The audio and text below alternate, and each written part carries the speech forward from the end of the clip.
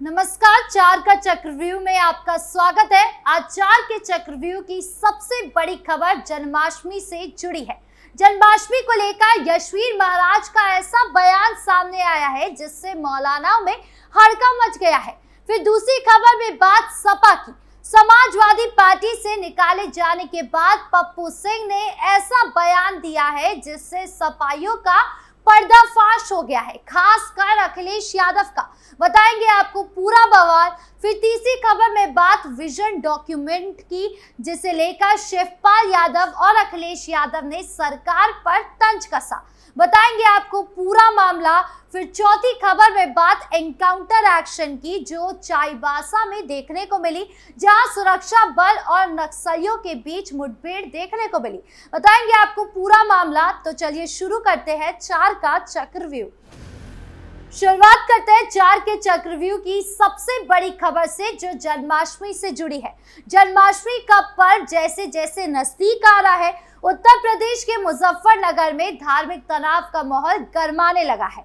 यशवीर महाराज नाम के एक स्थानीय धार्मिक नेता ने एक सभा में जबरदस्त बयान दिया कि जन्माष्टमी के अवसर पर लोग केवल सनातनी दुकानों से ही खरीदारी करें और गैर सनातनियों का बहिष्कार करें।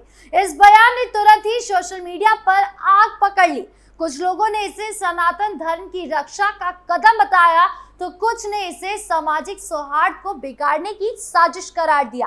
कई स्थानीय मौलाना और सामाजिक संगठनों ने इस बयान की निंदा करते हुए इसे सांप्रदायिक सद्भाव के खिलाफ बताया। उनका कहना है कि इस तरह के बयान समाज में नफरत फैलाने का काम करते हैं। दूसरी ओर यशवीर महाराज के समर्थकों ने उनके बयान को सनातन संस्कृति को बढ़ावा देने की दिशा में एक अहम कदम बताया।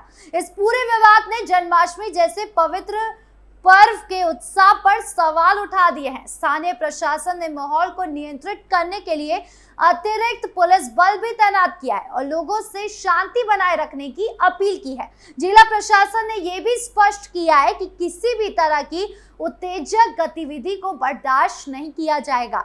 इस बीच सोशल मीडिया पर दोनों पक्षों के बीच तीखी बहस छिड़ी हुई है, जहां लोग एक दूसरे पर निशाना साध रहे हैं। कुछ लोग इसे केवल राजनीतिक लाभ के लिए उठाया गया मुद्दा बता रहे हैं, तो कुछ का मानना है कि ये धार्मिक भावनाओं को भड़काने की कोशिश है। आपको बता दें कि इससे पहले भी कई बार हिंदू पर्व को लेकर इस तरह के बयान दिए गए हैं, जैसे होली में, नवरात्रि में और अब रक्षाबंधन में भी ऐसा ही बयान देखने को मिला था, जहां हिंदू समुदाय में कुछ लोगों का कहना था कि केवल हिंदू दुकानों से ही मिठाइयां खरीदें, क्योंकि जिस तरह से थूक जिहाद खानों में बार बार देखा जा रहा है, या वेज खाने में मीट के टुकड़े मिलना जिससे हिंदू आस्था को जानबूझकर ठेस पहुंचाया जा सके, यही सब देखकर इस तरह का बयान दिया गया है।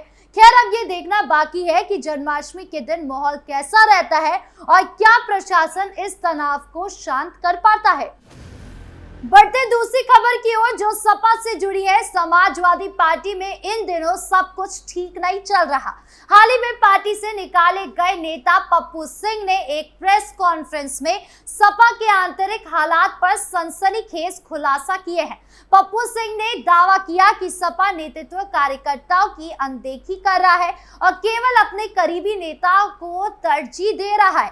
उन्होंने ये भी कहा कि पार्टी के बड़े फैसले अब जनता के हितों को ध्यान में रखकर नहीं, बल्कि निजी स्वार्थों के लिए लिए जा रहे हैं। पप्पू सिंह ने अखिलेश यादव पर निशाना साधते हुए कहा कि उनकी कार्यशैली से कार्यकर्ताओं में निराशा फैल रही है और कई पुराने समर्पित नेताओं को दरकिनार किया जा रहा है। इस बयान ने सपा खेमे में हलचल मचा दी। कुछ कार्यकर्ताओं ने पप्पू सिंह के बयानों का समर्थन किया और कहा कि पार्टी में अब केवल चापलूसी करने वालों की चल रही है।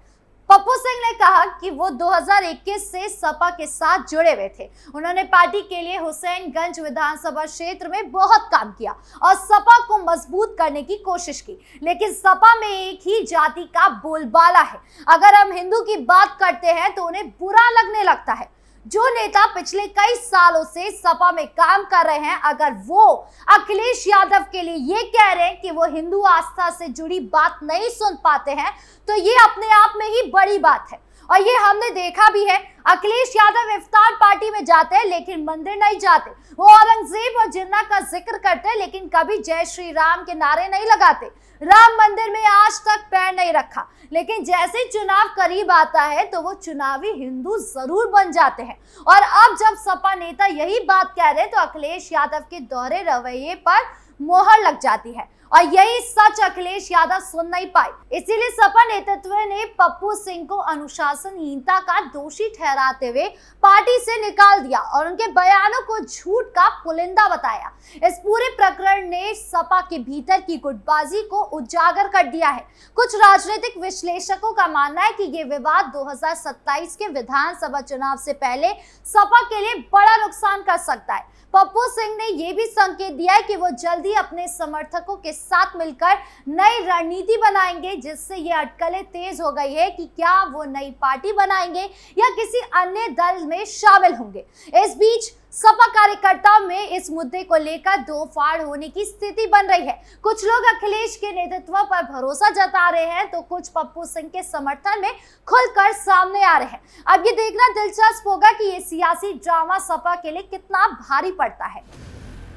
बढ़ते तीसरी खबर की ओर, उत्तर प्रदेश विधानसभा में इन दिनों विजन डॉक्यूमेंट को लेकर सियासी घमासान मचा हुआ है। समाजवादी पार्टी के अध्यक्ष अखिलेश यादव और वरिष्ठ नेता शिवपाल सिंह यादव ने सरकार के विजन डॉक्यूमेंट को आड़े हाथों लिया है।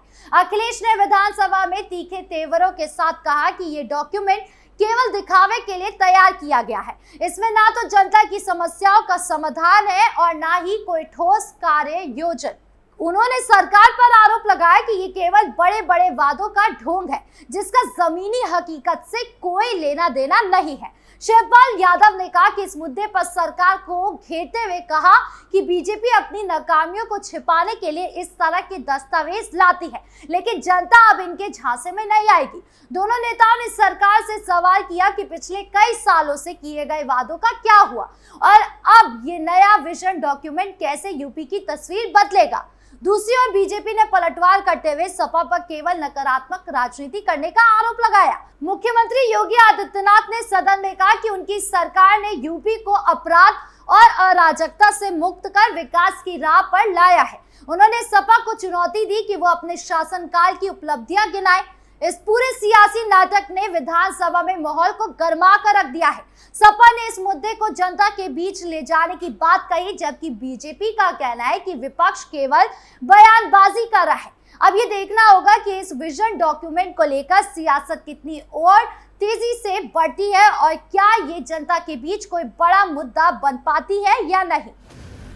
बढ़ते चौथी खबर की ओर, जो झारखंड के चाईबासा से जुड़ी है। सुरक्षा बलों और नक्सलियों के बीच हुई भीषण मुठभेड़ ने पूरे इलाके में सनसनी फैला दी है। मीडिया रिपोर्ट्स के अनुसार सुरक्षा बलों को चाईबासा के घने जंगलों में नक्सलियों की मौजूदगी की गुप्त सूचना मिली थी।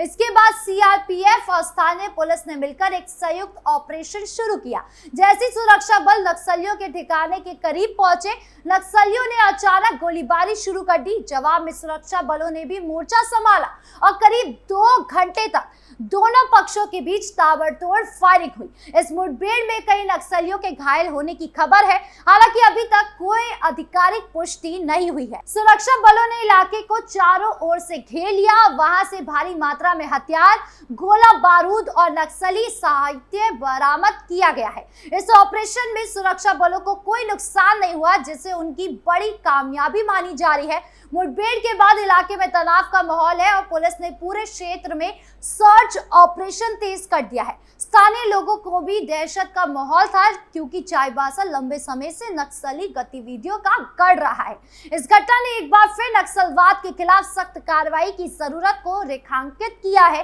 प्रशासन ने लोगों से अफवाहों पर ध्यान न देने और शांति बनाए रखने की अपील की है। अब ये देखना होगा कि इस ऑपरेशन के बाद नक्सलियों की गतिविधियों पर कितना अंकुश लगता है। बहरहाल 4 के चक्रव्यूह में इतना ही। नमस्कार।